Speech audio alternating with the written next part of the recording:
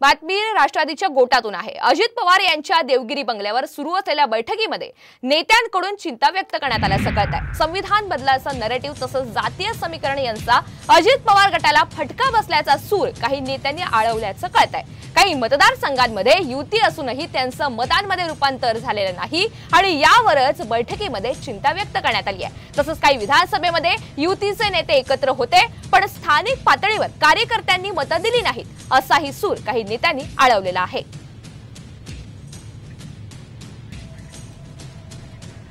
या संदर्भातली अधिकची माहिती आपल्याला सचिन गाड देत आहे। सचिन, अजित पवार यांच्या देवगिरी बंगल्यावर सध्या सुरू असलेल्या बैठकीमध्ये काही नेत्यांकडून चिंता व्यक्त करण्यात आल्याचं कळतंय, नेमकं कारण काय?